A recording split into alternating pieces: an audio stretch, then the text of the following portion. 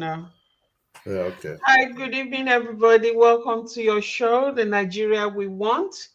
Tonight, I've got Mr. Wale Olaito and the other panelists to be joining us shortly. Mr. Wale Olaito, how you doing?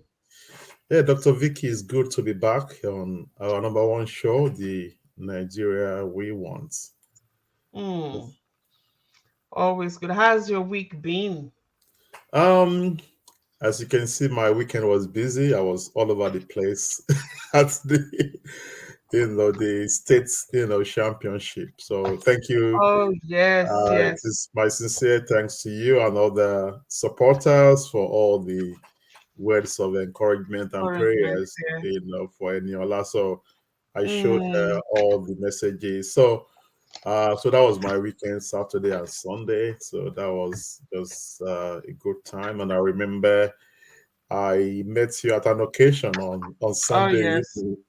yes. So yeah, so Yeah, wow. And now so that Eniola is getting busier and busier, there are many people that are now, fighting to become Aniola's manager. yeah, so They that's want the to thing. displace you. Yeah, that's a very interesting issue. And look, Mm, the more the merrier, of so course. we just have to negotiate the terms and And conditions. conditions. And I don't think I'm ready to go anywhere until I get a sack from Eniola. So, Oh my so, goodness. so So yeah, so it's good to be back. Always good to be back. So tonight, we will be talking about cash scarcity, uh, which continues across, every part of Nigeria.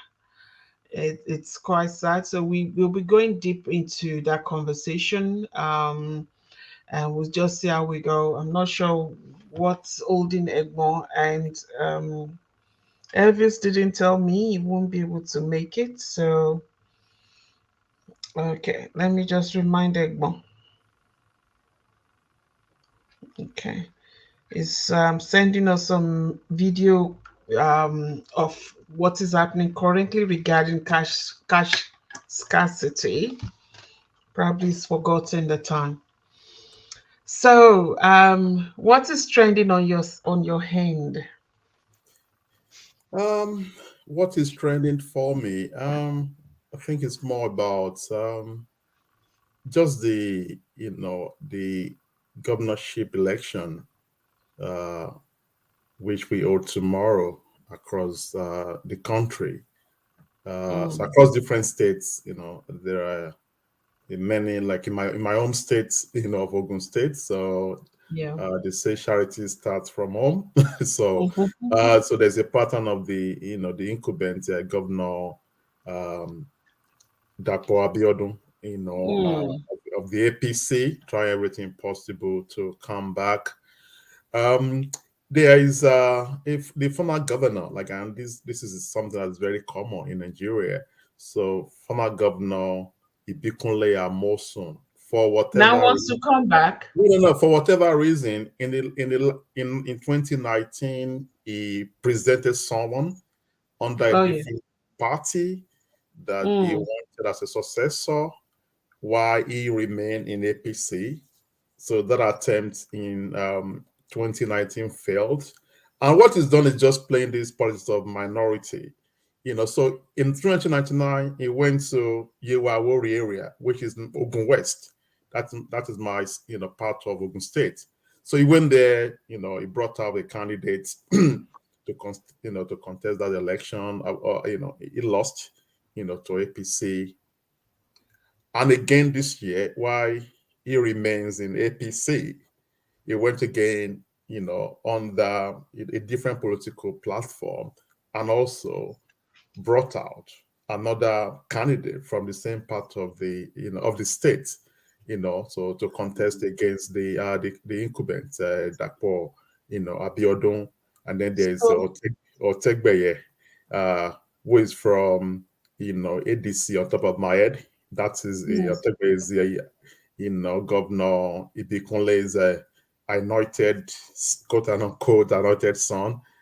And then we have a PDP, Adebutu, also of the Mm. PDP, trying to, Adebutu also tried in 2019 to become the governor, and he narrowly lost that election to APC. So that is what is trending. It's a battle of the PDP from Baba Ijebu, that's from the PDP. Adebutu is the son of the Ijebu billionaire, Baba Ijebu, of the and obviously the APC incumbent Dapo Abiodun, and the anointed son of former governor Now, Amoson. anointed son, or was this guy found, Ibikule, was he found to be the sponsor, the supporter, the backer for this guy under ADC? Yeah, Because I think I really don't know how they're playing this politics. It's like it's trying to dilute APC for whatever reason. So why is it still in APC?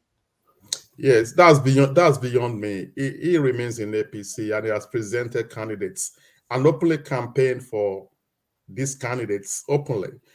This In the last election in 2019, he's doing the mm, same thing today. And it's just a very interesting because most of these governors, when he was there, I remember clearly when he was there as a governor, he won't even listen to anyone. He won't even listen to Baba Olusegun Oshoba.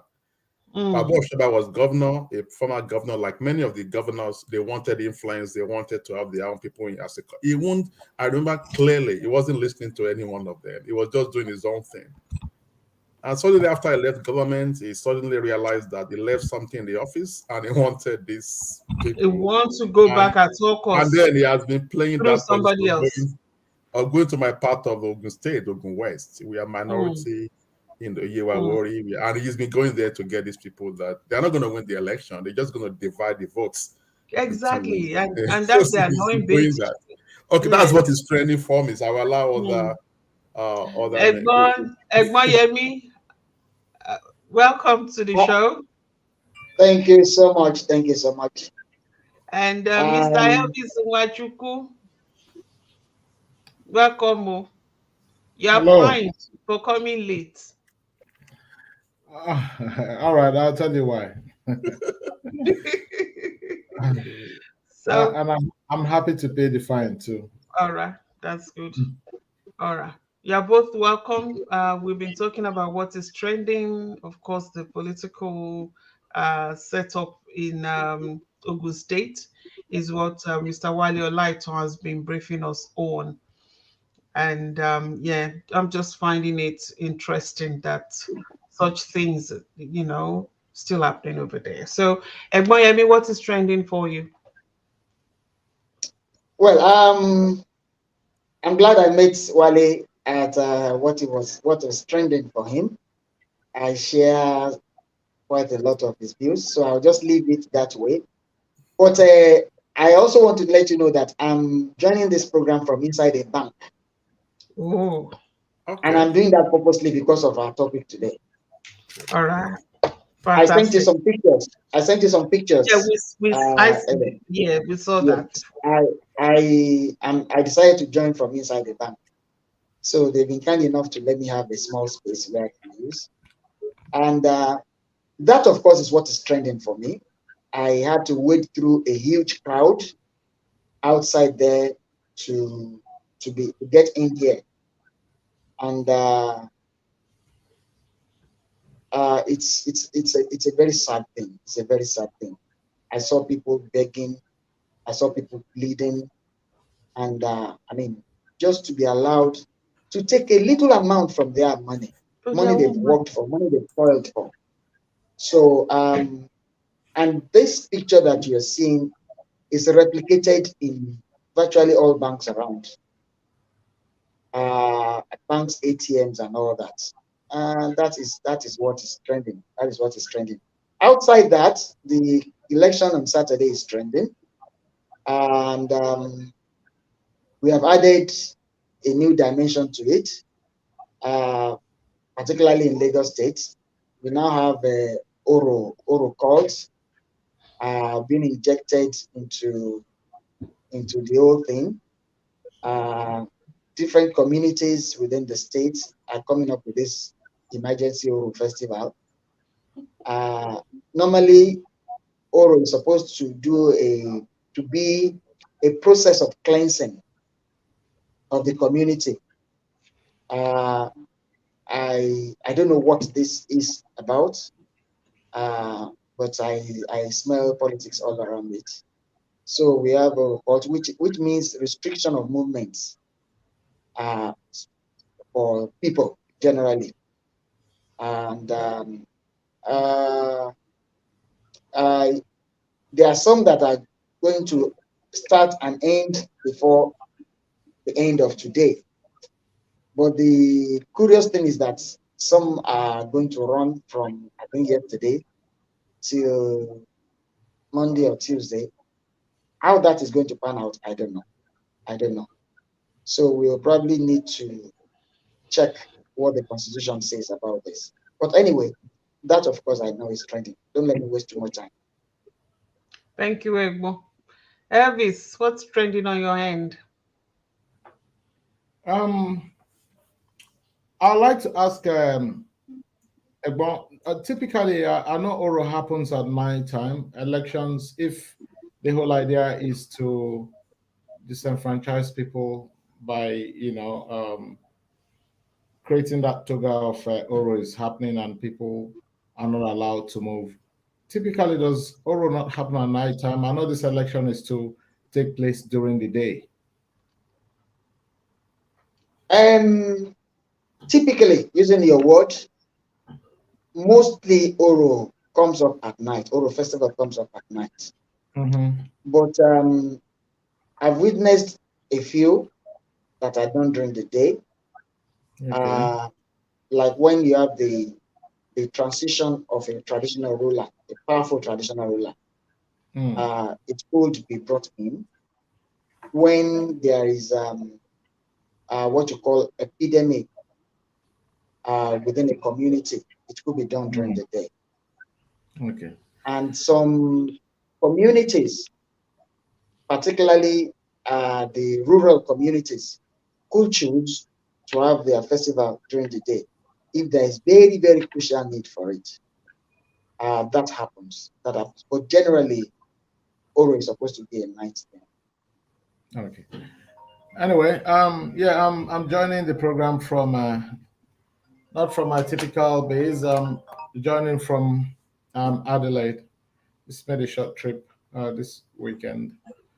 Um, so that accounts for me joining a bit late. What's trending for me is I came across this video on social media. Again, this has to do with the elections that will happen. I guess tomorrow from your end, isn't it? Tomorrow, Yes, Saturday. Yes, Saturday. Yeah, it was a video I saw. It's an ex-militant, Egberi Papa. That's what he's called. Making threats to uh, Governor Wike.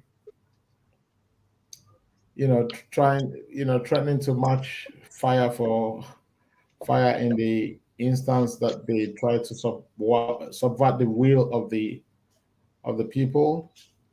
But again, we keep getting assurances from the security agencies and from the government, noting the elections are planned to be free and fair. For me, that leaves much to be desired when such threats are being made openly. So are we poised to really have a credible, free, and fair election on this occasion? Now, that's a rhetorical question, doesn't need an answer, but it bothers me.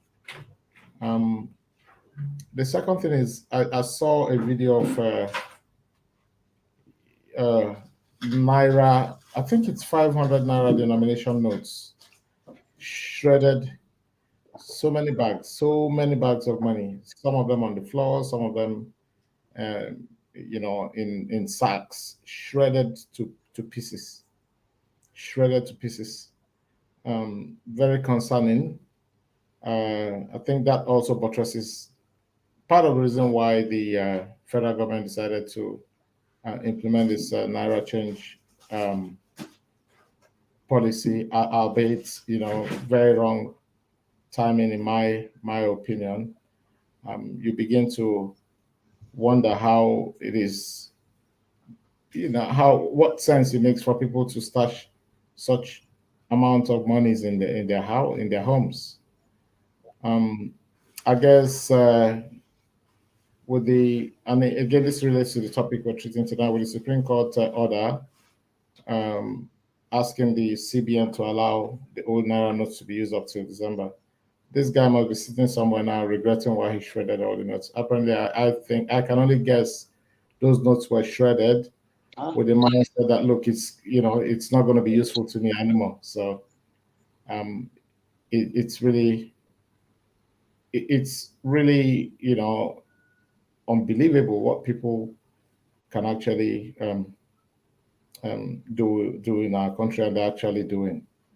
So that's not money in the bank. That's money someone stashed in their homes, and now thinking that those notes will be worthless, decided to shred them. So it's all there in the public. I don't know. I'm not whether you guys have also seen it. So that's trending for me.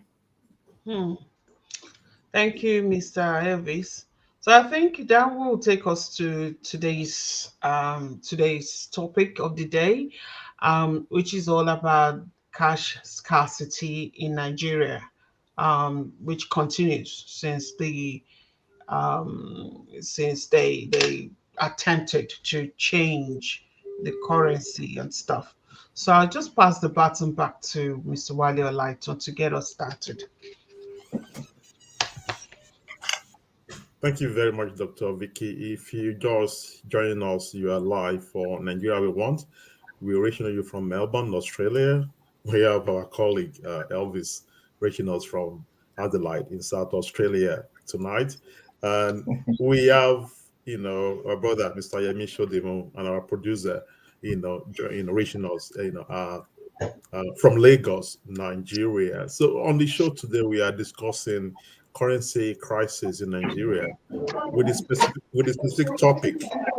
Cash scarcity continues across Nigeria as banks run out of old and new naira notes. So that is what we'll be discussing. We have our from Lagos, Nigeria, Mr. Yemi Shodimo is currently in a bank, and he will be getting some live updates from there. But before we go into the proper discussions, courtesy of our producer, Mr. Alabi, I just want to quickly provide a preamble to our topic. Nigeria has a long history with currency redesign dating back to the colonial era, 17 years after the last efforts when the federal government introduced 1,000 naira notes in October 2005. The Central Bank of Nigeria, CBN, announced a redesigned policy for 200, 500, and 1,000 naira notes on Wednesday, 26th of October 2022, to tackle challenges like counterfeiting, insecurity, and shortage of cash flow. The CBN initially announced January 31st, 2023, as the deadline for the old Naira notes to cease to be legal tender, which was extended to 10th of February 2023 after public outcry, following the decision of some state governors to challenge the legality of the timeline provided by the CBN for the phasing out of the old notes. The Supreme Court invalidated it and extended the deadline for the old Naira notes to remain legal tender till the 31st of December 2023. After the judgment of the Apex Court on the 3rd March, scarcity of the old and new notes worsened, leading to more public outcry and pressure on the CBN Governor Godwin Emefiele to act and comply with the ruling. The Apex Bank eventually complied with the judgment when it issued a statement on the 13th of March directing commercial banks to make both the new and the old Naira notes available to customers. But few days after the directive, the banks seemed to run out of old and new Naira notes as scarcity of cash continues to cripple businesses and make life miserable for Nigerians. So we're asking on the show, what is the way out of the scarcity of Naira notes for Nigerians to do transactions? So I go straight to the panelists and with my first question. Why has this issue become so intractable? Why this, scarcity of notes? Why has it become so intractable? I'll start with Mr. Elvis Nwachukwu. And obviously, I want other panel members to contribute to that question. Why has this issue of currency scarcity become so intractable, Mr. Nwachukwu?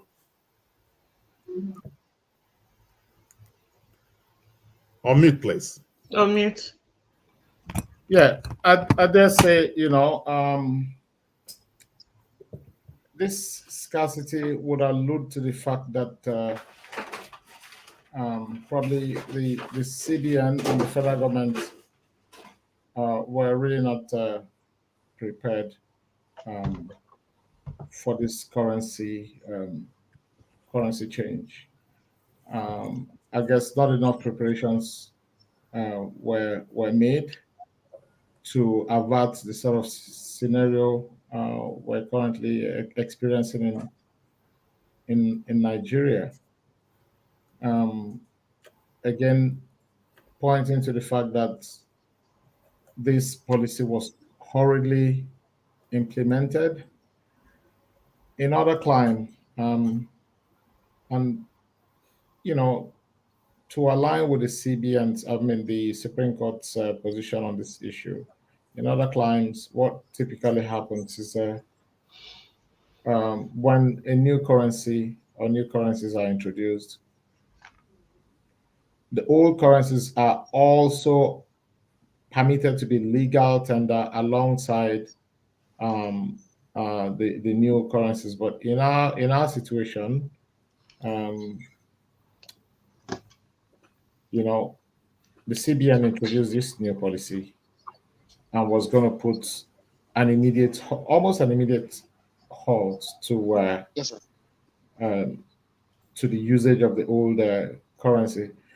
Again, we're trying to, become a cashless economy. Technologically, I don't know how prepared we are. I'll give you an example. I did a transaction to a Nigerian account. I think it was 3 days ago. It took 48 hours, 48 good hours for the recipients to confirm receipt of the funds in their account. Bottom line is, my opinion, everything has been done in a hurry, and then couple with the fact the timing of the election as well, with the federal government noting they're introducing the policy to sort of dissuade vote buying or vote selling. But guess what? The same guys who these policies were channeled against are actually the ones who are having access to these new currencies. Go on social media, you can see people doling out huge sums of this new currency at social events, whereas the masses are actually struggling to even get little of these funds to pay for their own subsistence, to put food on the table, clothes on their back, just pay very minor, what you consider minor bills. Yeah, so the timing, the electioneering, the fact that we're not ready. Like I rang my bank. I spoke with someone in the customer care team, and the answer I got. So why I initiated this transaction? Why hasn't it gone through? And the response was, "Oh, it will get there. We're struggling. We have issues with the system. Give it another 24 hours." And my response to him was a mere, "And are you proud to say this to me? Are you really proud to tell me a transaction I initiated 24 hours before is expected, not even giving me 100% assurance to reflect in that other account another 24 hours after?" So bottom line is, I can only guess it's the case of us not being prepared and before jumping into this new policy. Thank you, Mr. Nwachukwu. I go to Dr. Vicky. In your opinion, Dr. Vicky, why has this cash scarcity become so intractable that it's as if we've been talking about this forever? I totally support what Elvis. That's the angle that I'm looking at this from, because when you fail to prepare, then you're bound to fail totally. You need to. This is something that you've got to plan for. You got to look at the logistics. You got to look at the system on ground. It's not something you just. We are talking about over 210 million people. You just wake up one day as if life isn't difficult enough. You just wake up one day and decided to roll this out. Yes, there are some elements within the community that are doing it really bad. Yes, you do this because of them. But how about those? I mean, we're looking at Lagos. How about in the rural areas where they don't even have more than one ATM, or they don't even know how to use an account? They don't even have account. It's not something you just wake up and say you want to do. You're not prepared, and then you start it. Now you can't even go backwards. The situation is now iwájú òṣèlú ẹ̀yìn òṣè padà sí. I don't know how to interpret that in Oyinbo. If Elvis can help me, but it's just so sad, that they just keep doing things like this at the detriment of people within the society, at the detriment of Nigerians. I mean, people can't feed themselves. They can't feed their families. They have their money in the bank. They can't get the money out. It's sad. It's so sad. So the thing is, they are not prepared. They didn't prepare for it. There weren't much planning. Not at all. No wonder this happened. And how long will this go for? We don't know. Look at this. It's so sad. These people, they're not begging. They're not asking for loan from the bank. They're not begging that just give us money. No, this is not Centrelink for them. They are there to get some money from their own account. And look at them.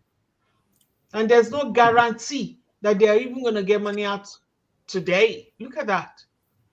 Still 11:30, 11 in the morning. I mean, there are some people saying thank you to the government because this has created a job for them. And what job is it? They wake up early in the morning, they go and queue at the bank, and then they sell their position on the queue to people that are desperate. Just think about that. On their own money. So the government, they didn't prepare for this. And I heard that some of the cash that people took to the bank had been shredded, had been burnt. So iwájú òṣè lọ, ẹ̀yìn òṣè padà sí. They've run out of ink to make new banknotes. And now the notes that people brought in were already burnt or shredded. So where are we? We are not prepared. Thank you, Dr. Vicky. That's a very gloomy picture there, but that's the reality that we face as Um, a country. I will go to straight to Mr. sorry, Wale, Yemi I need to Sodimo. interject. Yep, let's go. Hello. Yeah, go ahead. Sorry, I need to interject if you don't mind. Yeah, please go ahead. I know you I want have some Nigerians here who want to. Hello, sorry, Wale. go I ahead, have please. some people that I found in the crowd here who will want to say a few words if you don't mind. Yes. Is it in order? Is that in order? Go ahead. Yep. Hello. Please go ahead, Mr. Shodimo. Hello. Go ahead. Yeah, okay, Go please. Let me start with you. Okay, let me start with you. I have kindly introduce yourself. My name is Harris. Can you speak louder, please? My name is Harris Matthias. What's your view about what is happening?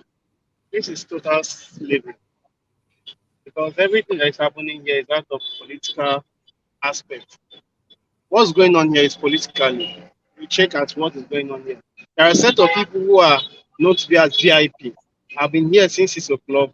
They have not attended to me. People who are just coming in, because they have the VIP slots, just coming, they withdraw, they go. What has been your experience in the past 2 weeks concerning this monetary policy that we have?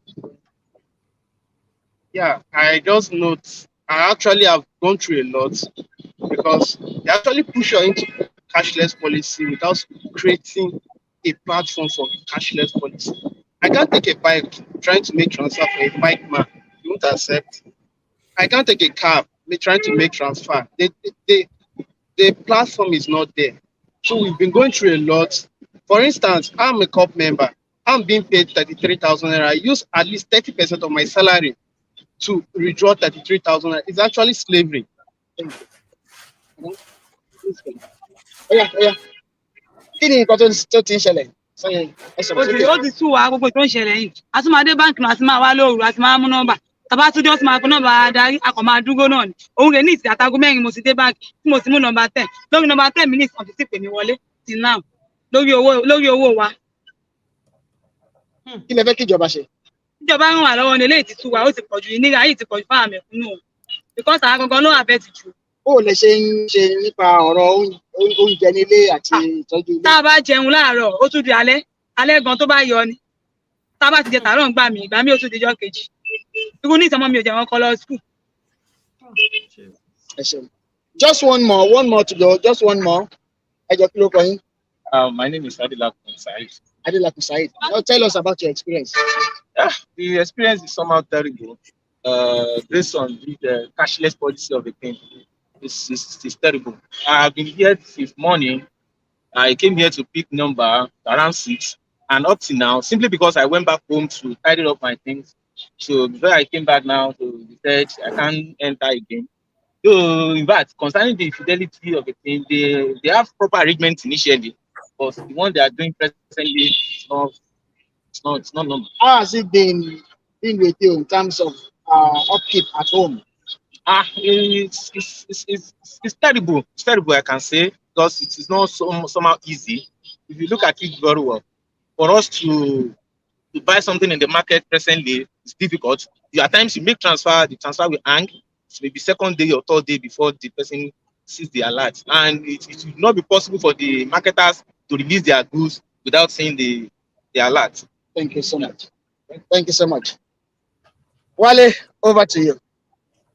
Thank you very much, Mr. Yemi Shodimo. Please feel free to to come in when you have other people. Thank you.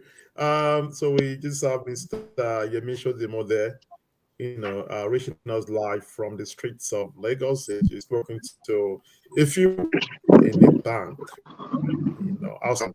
A few of them. A woman spoke in Yoruba. She said she's been there since 4 a.m. She's been on the queue. She got there at 4 a.m. just to be able to get a spot. And even when she got there, at 4 a.m., she wasn't the first person on the queue. She was actually number 10 on the queue. So that's so terrible in terms of how people are, what people are going through. We had a young man there was who is a youth corps member. He said he gets around 33,000 a month, and over 30% of that goes on different transactions. To be able to get that money, even 33,000, how much is that? And then by the time you spend about 30% of that just trying to make an online transaction, the whole money is gone. Thank you for that, Mr. Shodi. So are we, if it is convenient for you, I have a question for you. Your specific question has to do with the CBN actually give directive to this, to commercial banks, but to make this money available. But obviously the Nigerians are still struggling to get cash, as we just saw in that video. Let's play some blame game here. So who to blame for this now? The commercial banks or the CBN? Mr. Shodimo.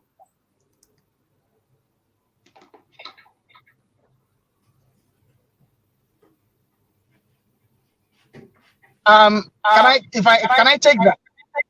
Yeah, take that, please. Take that, please. Yes. Who is to blame? Place it at the doorstep of government. Place it at the doorstep of our policymakers, and this time around, it's got to be the CBN. One would have expected that due diligence would have been done in terms of before making this pronouncement. Now there is, it's not strange for a government to decide to change its currencies due to 1, 2, 3, or 1,000 reasons, and this could, of course, be beneficial to the economy. But of course, you will also consider all factors that could aid such a policy or hamper the smoothness of such a policy. It is so obvious that this was not well thought out. Somebody called this a policy somersault on a program I had this morning, and I want to agree that it is really a policy somersault. It is known that in Nigeria, once there's a disruption in a system, it takes a long time to get it back to normalcy. We've experienced it in the petroleum industry. We've experienced it in a lot of other places, other things we do. Time around, you cannot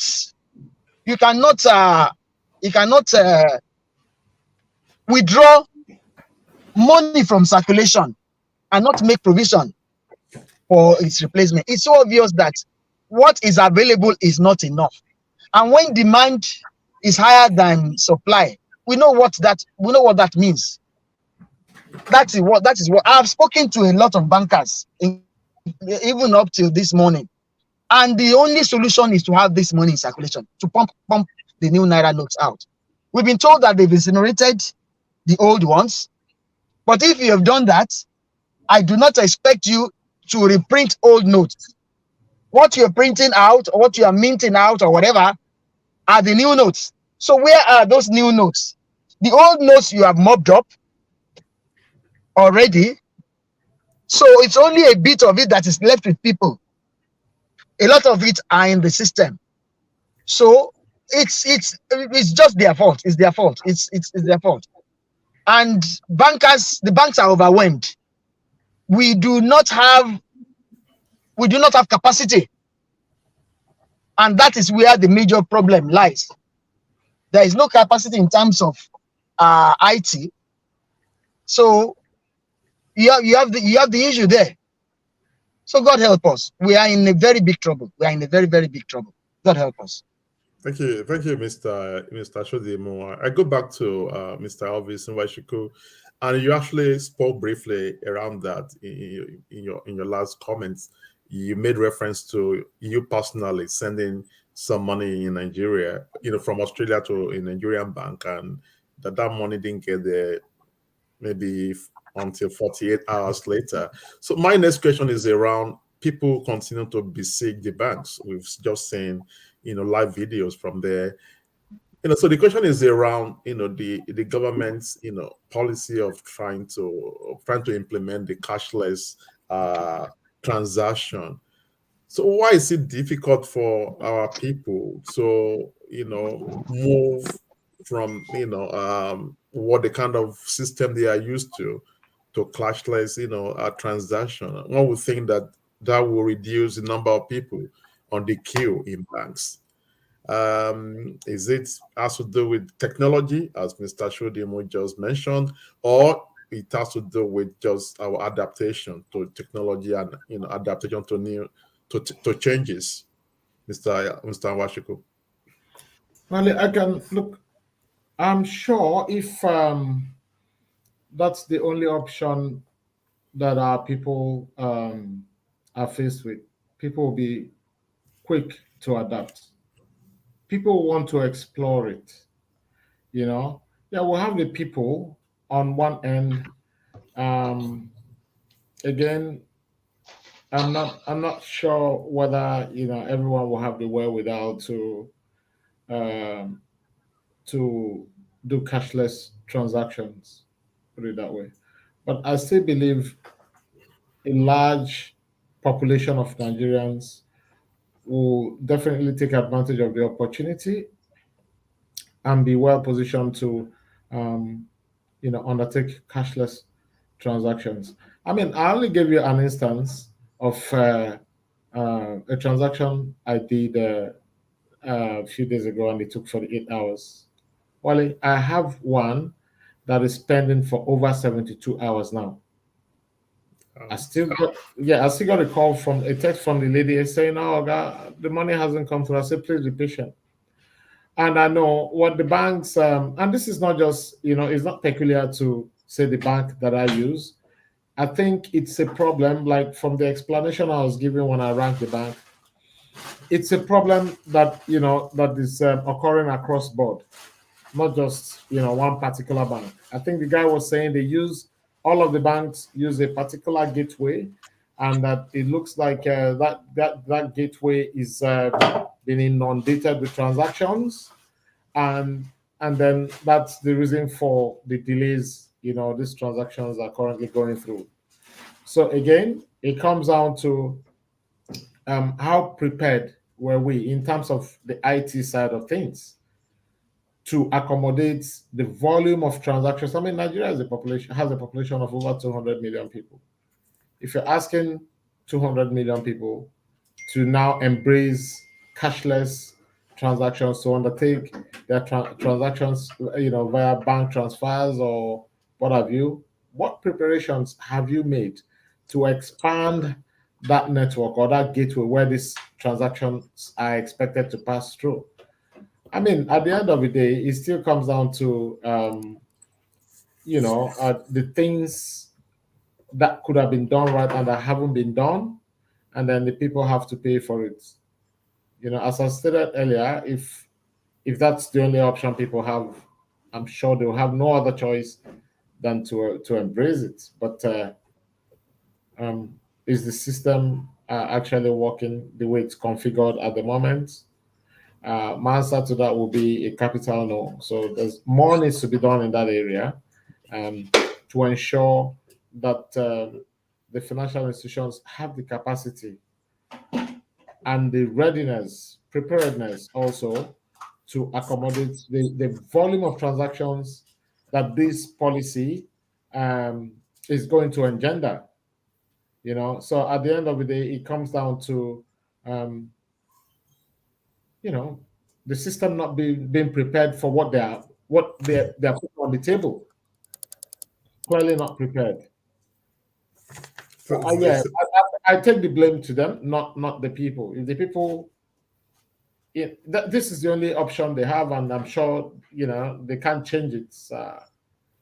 The guys in charge need to do more to save people from this sort of suffering we're hearing tonight, and we continue to hear that people are going through.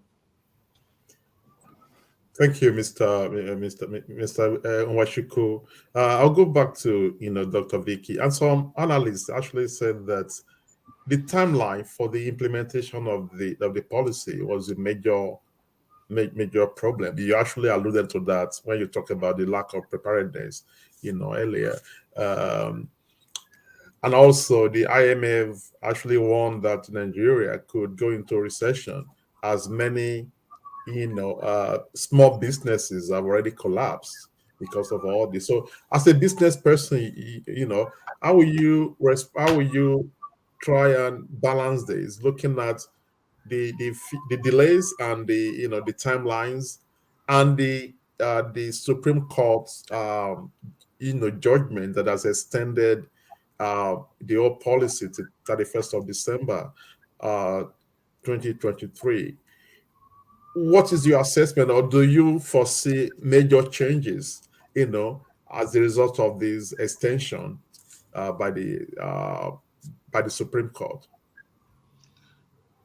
To start with, 31st of December is not even enough. The time the Supreme Court is giving is not near enough. In normal places, it takes years. I mean, um, I'm trying to remember the country. There's a country that they changed their currency over 7 years ago. They're still using the old currencies because it's still a legal tender. All right.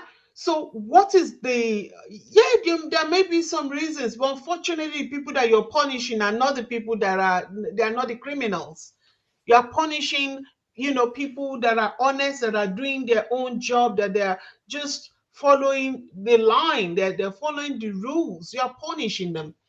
And the unfortunate bit about this, the sad thing about it all, is that those in government, they're so blind to whatever is going on in that country because they get it so easy. They don't need to go to the bank. They don't need to go on the queue. They don't see what's going on and they really don't care. Bankers will take the money to them at home. Bank managers will pack the money and go and give it to them in their houses. So they are not faced with what ordinary Nigerians are facing. So they really don't care. They don't see it from this angle of, my goodness, no, we've got to do something. So the timeline, I don't think is near enough, especially with what people had faced so far. And just like Evie said, you want cashless society. I can't remember the last time I actually hold Australian cash in my hand, because wherever I go, I tap my card. Wherever I go, I just tap my card. And I could do that because there's a system in place. When you want to do something like that, you make sure you overhaul the system first. You just don't say, okay, we're doing cashless society. What system do you have?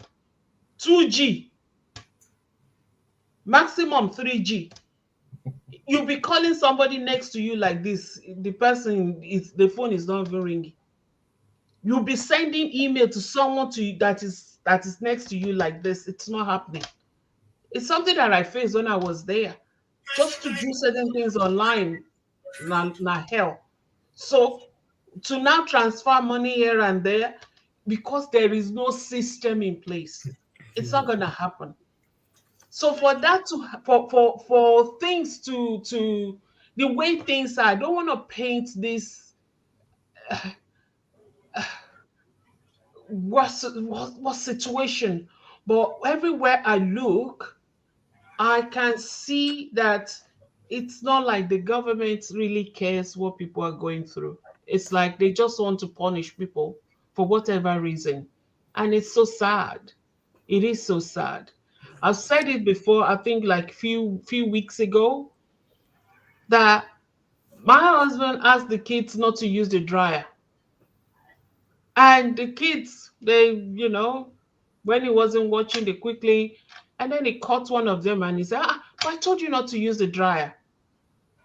I said to him, you don't want them to use a dryer. What did you provide for them to use? Are there lines outside there? Drying racks outside there? You've got to provide something for them to use. And then you can tell them when they now disobey, you can tell them off. It's the same thing, it's the same principle. It's my the government, they're not helping. They're not helping. So I'm not sure if Okay, I've answered the question. is it's like too loaded. It's like a loaded question because of time. But you've done justice to the question, and extensively you've raised the issue around the not having enough technology to support whatever they're planning to do.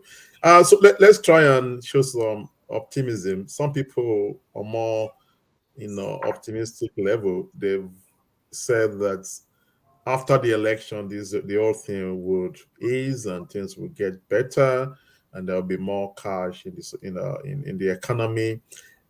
So let's share their optimism for a few seconds. So, but also, what should government actually do to address these? That will be my last question. Do you share? I will start with Mr. Shodim. Do you share, Mr. El Nwashiku? Yes. Do you share the optimism? We've lost Mr. Shodim. I don't think he's going to join us. Do you share the optimism that things will get better after the election? And also, in your final words, in terms of what should government do to ease, the problems and make life more, I guess, more comfortable for millions of Nigerians that are doing it so tough this time around? In 60 seconds, Mr. Nwashiku. Well, yeah, if optimism 50-50 after the elections. Well, that's a good way to put it, only because the elections, again, the start of the elections was part of the problem we're experiencing right now, caused part of the problems, because the whole idea was, we don't want people to spend money buying votes, so we're changing this policy. Those who have stashed money away can use those monies. It's a reasonable way to look at it. Just hopefully, fingers crossed, after the elections, election fever is over, things might turn around. But again, it brings to mind a very credible question. Are they then intentionally withholding the cash if it's going to get better after the elections? My last words, what's going on is not on, doesn't happen in any climb. I've never seen this since I was born, and I'm not a very young man, put it that way. Since I was born, I have never ever seen a situation like this in any country, anywhere in the world, where people can't even spend their own money, where people have monies in the banks, they can access their phones, they can pay for meals, they can imagine that lady. I mean, I felt touched when she said, "Oh, sometimes we eat just once daily. If we get food at night time, we're lucky. Other occasions we just get once a day. A good number of times my kids go to school without any food in their stomach. I mean, it's not on. It's not on. So, those who cause the problem know what they've done, and if it is intentional, this is about time to set things right. The people cannot continue to suffer. Like the youth copper stated, it feels like they're slaves in their own country. No one should feel that way in their own country. So those who are in positions of authority, who have implemented these policies, should do the right thing by the people in order not to allow this thing degenerate to worse levels. I mean, when you can push a man to the wall, but you get the man to the wall, he can't open that wall and keep moving. This situation, if it continues, might have ripple effects, might have negative consequences that no one is prepared for and that no one wants to see. So something needs to be done quickly to fix this problem. Thank you. Thank you very much.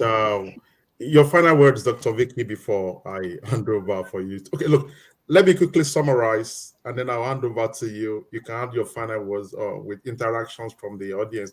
So we've discussed extensively that lack of preparation was a major factor that led to this crisis. That the government, the CBN, were not prepared. It's just as simple as that. Um, we were able to get live interviews from a bank in Nigeria where Mr. Yemi Shodimo spoke with Nigerians that are doing it tough. They express the how life has been so uncomfortable and the hardship. People getting money, people actually going to the bank to get a spot on the queue from 4 a.m. in the morning. And the woman spoke there in Yoruba about the difficulties even getting food for kids, before they go to school. They have to ration whatever they've got, have breakfast and skip lunch and skip, dinner sometimes.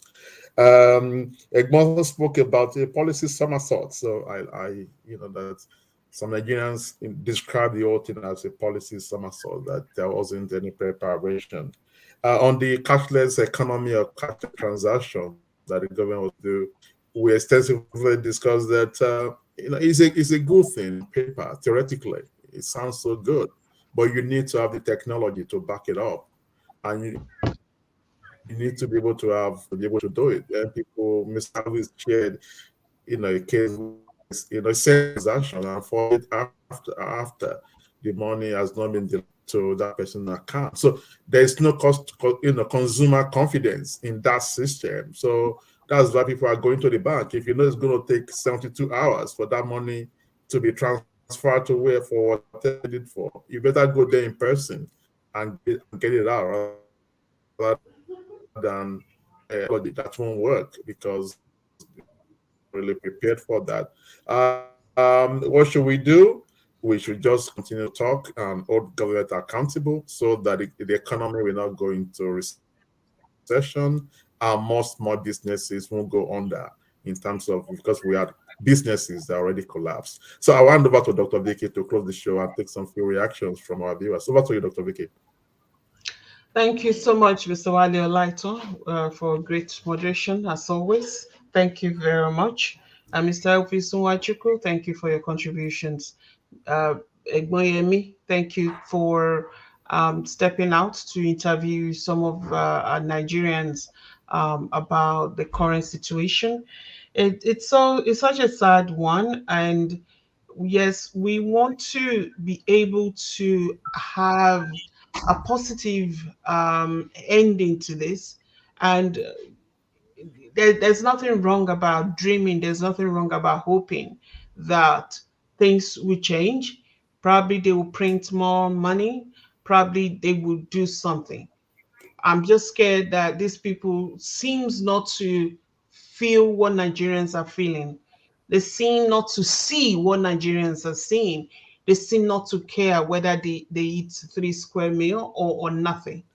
Um, it's been weeks now. We're talking about like about more than 4 weeks now that this has been going on, and hopefully let's just hope that by the end of tomorrow they will release more funds out there, they will release more money, and banks will be able to do what they do best.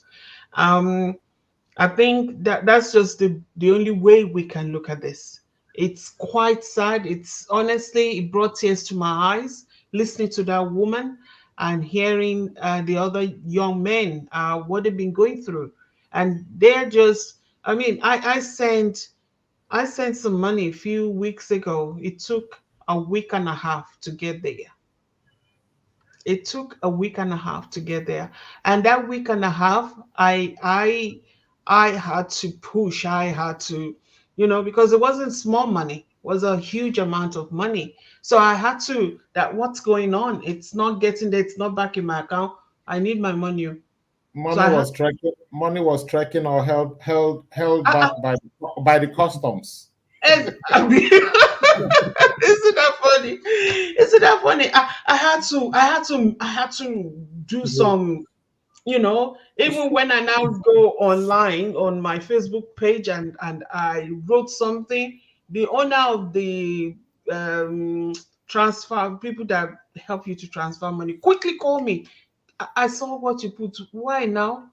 Please. So I said, when you are not releasing my money, I don't care where, if it's not going, send it back so that I can find another way. I had to do that, and I can just imagine what everybody's going through. It's just so sad. It is so sad.